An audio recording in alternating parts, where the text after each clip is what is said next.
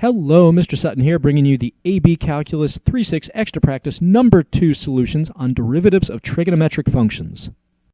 On this problem, I'm trying to find the derivative of this quotient. Since I can't really simplify it, I'm going to have to use the quotient rule.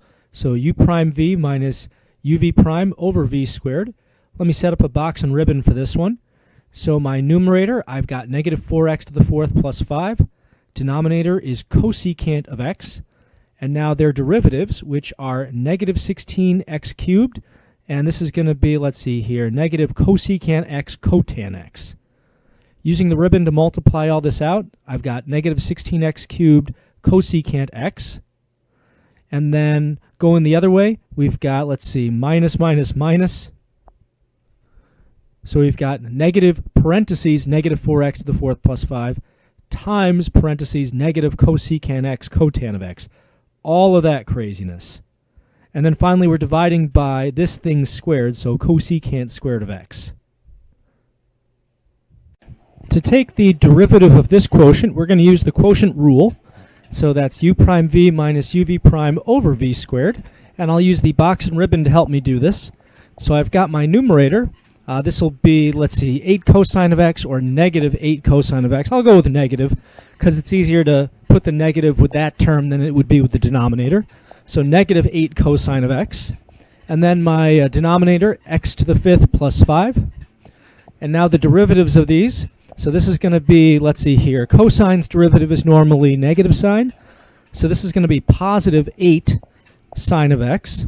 And then 5x to the fourth using our power rule there. Now using the ribbon to multiply it all together, I've got 8 sine of x times x to the fifth plus 5. And then we're subtracting negative 8 cosine of x times 5x to the fourth. All of that over x to the fifth plus 5 quantity squared.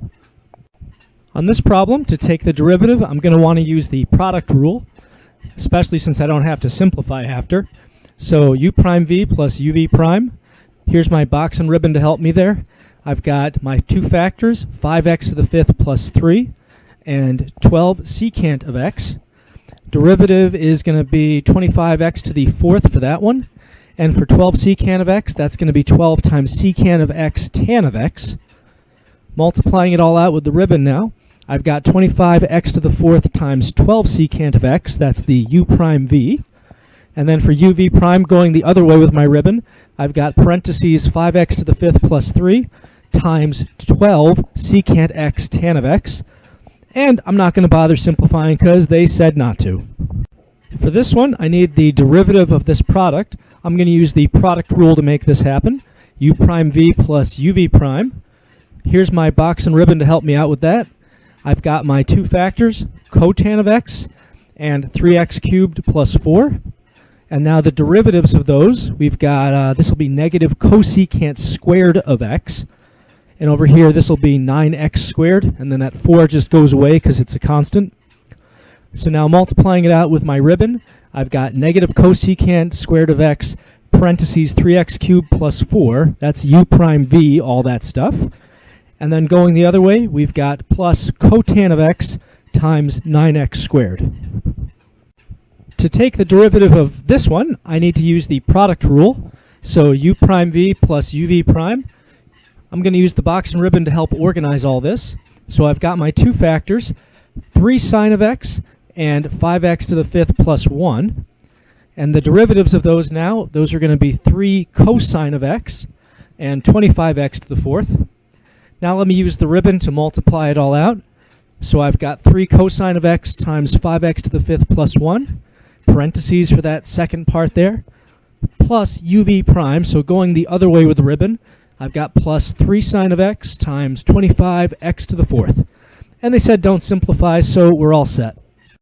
To find the derivative on this problem, we're going to have to use the quotient rule. So that's u prime v minus uv prime over v squared. Setting up the box and ribbon for this, we have our numerator, negative x squared plus 2. Denominator is 10 tan of x. And then the derivatives of those, for u prime we have negative 2x, and for v prime this is going to be 10 secant squared of x. All right, using the ribbon to multiply all this together, we've got negative 2x times 10 tan of x minus parentheses negative x squared plus 2 times 10 secant squared of x. And then all of that's going to be over this thing squared, so 10 tan of x squared. They said we didn't have to simplify, so we're not going to. For this problem, initially this is looking like it's going to be a big mess. You're thinking, okay, I need the quotient rule, and then you start to take the derivative of the numerator, and you're like, oh, I need the product rule for that. And you could use the product rule, but one thing you might consider doing, even though they said don't simplify, they just meant at the end. At the beginning, you could simplify this quite a bit. Cosine times tan of x, because tan, we know, is really sine over cosine of x. So if you cancel these cosines, you're really just dealing with sine of x over the stuff down here. And this is a little bit easier because now you don't have to have a product rule inside a quotient rule. So let's go ahead then. Use the quotient rule, u prime v minus uv prime over v squared. Let me set up my box and ribbon for this. So now my numerator, my simplified numerator, is sine of x. I mean, why make more work for myself than I needed to? And my denominator, cosecant x minus 2 cotan of x, goes right there. Derivative of sine is cosine of x. Derivative of my denominator, this is going to be negative cosecant x cotan x for that first term. And then negative 2 cotan x, that's going to turn into positive 2 cosecant squared of x. All right, putting it all together using my ribbon, I've got cosine of x times all this stuff up here in the upper right, minus sine of x times this craziness in the lower right. Looks like I cut and pasted everything correctly there. And all that's going to be divided by cosecant x minus 2 cotan x quantity squared. On this problem, I'm trying to evaluate this limit. Now, you might recognize that this is really the limit form of a derivative. The original function is tan of x. So really, we just need to take the derivative of tan of x and plug in pi over 6. All right, well, that's going to be secant squared of x, that derivative, f prime. F prime of pi over 6 is going to be secant squared of pi over 6. And here's where you need to remember a little bit about your unit circle.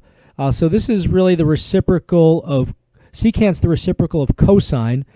Now, if you took the cosine of pi over 6, that's cosine of 30 degrees, that would be radical 3 over 2. Secant's the reciprocal of that. So we're taking 2 over radical 3, and then we're squaring it because this is secant squared. Once we've written it like this, all we have to do is just square the numerator and denominator. So that would be 4 over 3. Now, of course, if this is a free response, you would have been free to leave it unsimplified back here when you wrote secant squared of pi over 6. But for multiple choice, you might need to go a little further. On this one, we're trying to find this limit right here. Now, you might recognize this is the limit form of a derivative, and it's a little tougher to recognize this because they actually took the cosine of 3 pi over 4 right here and subtracted that. This is really minus cosine of 3 pi over 4.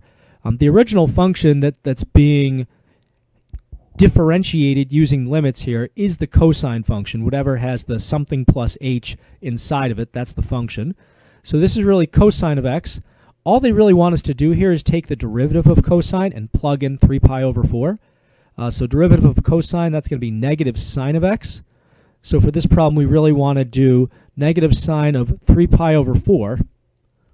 Now, 3 pi over 4, that is 135 degrees. It's basically the quadrant 2 version of 45 degrees. Sine of 45 is root 2 over 2. In quadrant 2, we are above the x-axis, so that would be a positive root 2 over 2, except that there's this negative out in front. So when all is said and done, using a little unit circle trigonometry, we end up with negative root 2 over 2 if we dare to simplify it. On this problem, I'm trying to find this limit. Now, this is actually a derivative in disguise, although it's kind of hard to see because of this negative root 3 over 2. What's really happening here is they're doing sine of x plus h, basically, minus sine of x. If you take the sine of 2 pi over 3, which is 120 degrees, I believe, yep, that ends up being radical 3 over 2. So that's why we're subtracting root 3 over 2. This is just sine of 2 pi over 3 being subtracted. So, how do we take this limit? Well, since we recognize we're really just taking the derivative of sine at 2 pi over 3, we just take the derivative of sine and plug in 2 pi over 3. Our original function is sine of x. We don't need a limit to take that derivative because we know how to take the derivative of sine. That's just going to be cosine of x. And then we're just going to plug in 2 pi over 3 to that. So this is the quadrant 2 version of 60 degrees. Cosine is negative over in quadrant 2. So this ends up being then negative 1/2.